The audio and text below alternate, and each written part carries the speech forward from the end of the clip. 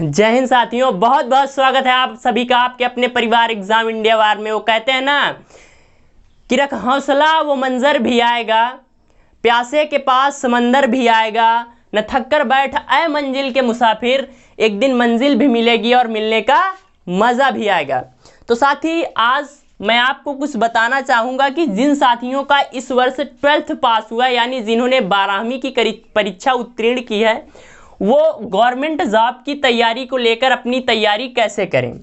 तो साथी सबसे पहले तो सभी के मन में विचार होता है कि किस प्रकार हम अपनी तैयारी को स्टार्ट करें। जब हम लोगों ने इंटर पास किया था, 12th पास की थी, तो हमारे सामने भी एक बड़ी समस्या आकर खड़ी हो गई और हम लोगों को उस वक्त गाइड करने वाला कोई नहीं था। तो उसी को लेकर मैं आप सभी को कुछ बता रहा हूँ कि जब हम 12th पास करते हैं साथी तो हमारे पास डबल ऑप्शन आ जाते हैं।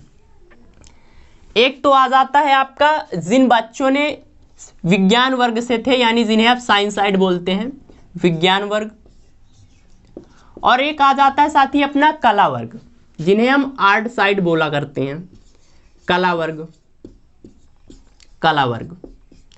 तो साथी यहाँ पर बच्चों में एक बात आ जाती है कि हम कैसे अपनी तैयारी को स्टार्ट करें, क्योंकि इस टाइम का जो बच्चा होता है 17.5-17 इसी एज के बीच का होता है, किसी किसी का 18 भी हो जाता है, पर ज़्यादातर बच्चे 17 से 17.5 के बीच होते हैं।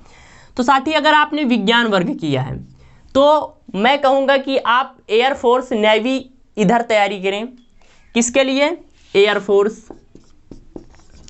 आपका नेवी हो गया, इधर तैयारी करें क्योंकि इधर होने के चांसेस बहुत ज़्यादा होते हैं। जिस बच्चे का इंग्लिश, मैथ, फिजिक्स, केमिस्ट्री अच्छा है वो इधर तैयारी करे, बेशक करें इसकी। पर साथ ही इसमें एक रिस्क भी होता है क्योंकि इसका जो समय है वो बहुत ही कम है, 21 साल तक होता है, 21.5-21 तक होता है। तो इधर थोड़ा रिस्क भी है, आपके पास रिस्क भी है पर होने के चांसेस बहुत हैं। क्रीमी जॉब है, बहुत अच्छी जॉब होती हैं। और साथ ही इधर जो कला वर्ग वाले भाई साहब अपने आ जाते हैं तो इनके लिए अपना रेलवे आ जाता है, police, railway, police, SSC, bank और अन्य प्रशासनिक।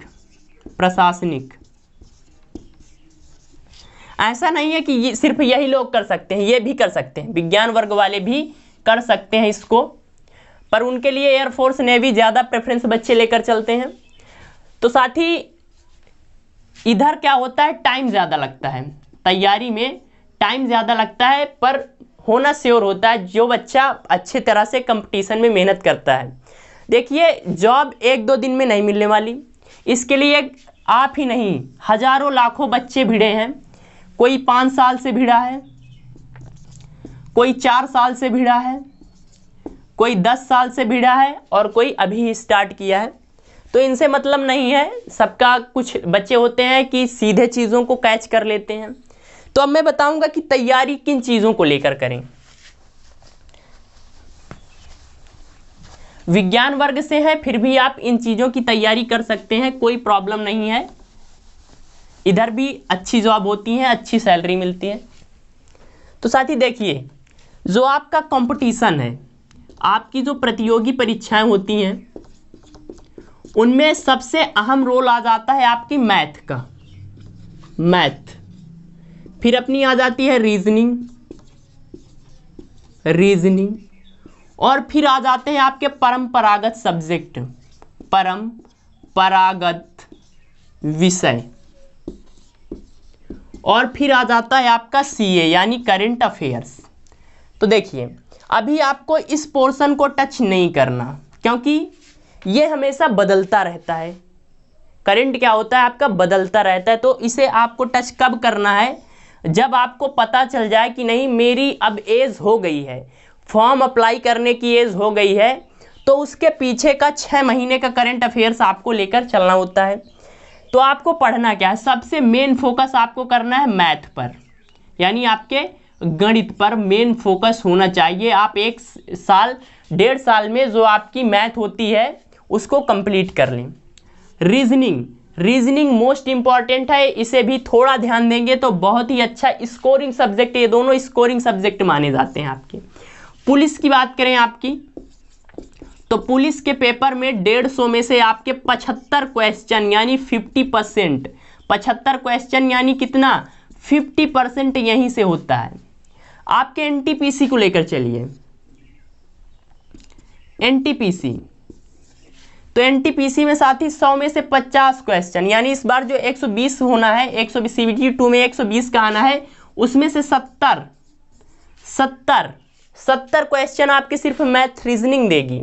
तो साथी ये स्कोरिंग सब्जेक्ट होते हैं, जो इन दोनों सब्जेक्ट जिनके अच्छे हैं, अच्छी तरह से कंप्लीट हैं, वो आप कंपटीशन के किंग बोल सकते हैं।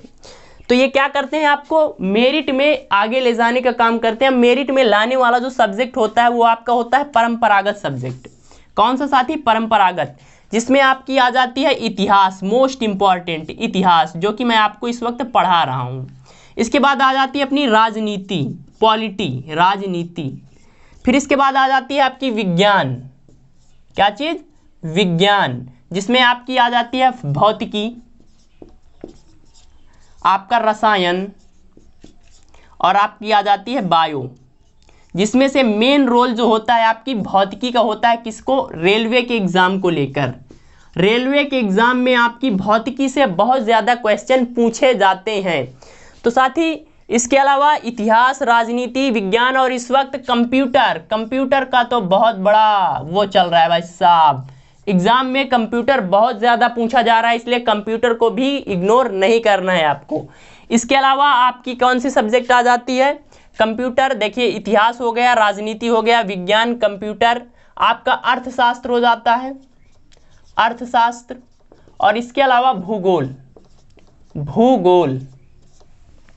साथ ही ये कुछ परंपरागत सब्जेक्ट होते हैं जिनको आपको कंप्लीट करना है। अब आप सोचेंगे कि इतना सारा कंप्लीट कैसे होगा, तो सबसे पहले क्या करिए, इतिहास पकड़ लीजिए, मैथ पकड़ लीजिए, रीजनिंग, इस प्रकार थोड़े थोड़े करके 2-2, 3-3 महीने में चीज़ों को कंप्लीट करते जाइए धीरे धीरे। जब आप एक बार पढ़ेंगे तो कुछ इंप्रूव आएगा, दोबारा पढ़ेंगे तो और ज़्यादा इंप्रूव आएगा, तिबारा पढ़ने पर आप खुद उसके टीचर बन जाएंगे। तो आई होप आपको ये बातें समझ में आई होंगी कि 12th पास करके आपको कैसी तैयारी करनी है, किस प्रकार का गाइडलाइंस होना चाहिए। उसके लिए आप अपने परिवार एग्जाम इंडिया वार को सब्सक्राइब ज़रूर करें। मैं आपको समय समय पर आपके कमेंट के अनुसार चीज़ें बताता रहूँगा, और आपकी इच्छा के अनुसार जो आप कहेंगे उन सब्जेक्ट्स को दिया जाएगा। तो आप अपने परिवार एग्जाम इंडिया वार को ज़्यादा से ज़्यादा शेयर करें, लाइक, शेयर, सब्सक्राइब, कमेंट ज़रूर करें। मिलते हैं अगली क्लासेस में। मैं आपको इस वक्त पढ़ा रहा हूँ इतिहास, जिसमें हम पढ़ रहे हैं भारत का प्राचीन इतिहास, आदिम मानव युग। क्लासें आपको कैसी लगे उनको देखिए, उनमें कमेंट करिए। मिलते हैं अगली वीडियो में। जय हिंद, जय भारत। हंसते रहिए, मुस्कुराते रहिए, अपना और अपनों का ख्याल रखिए।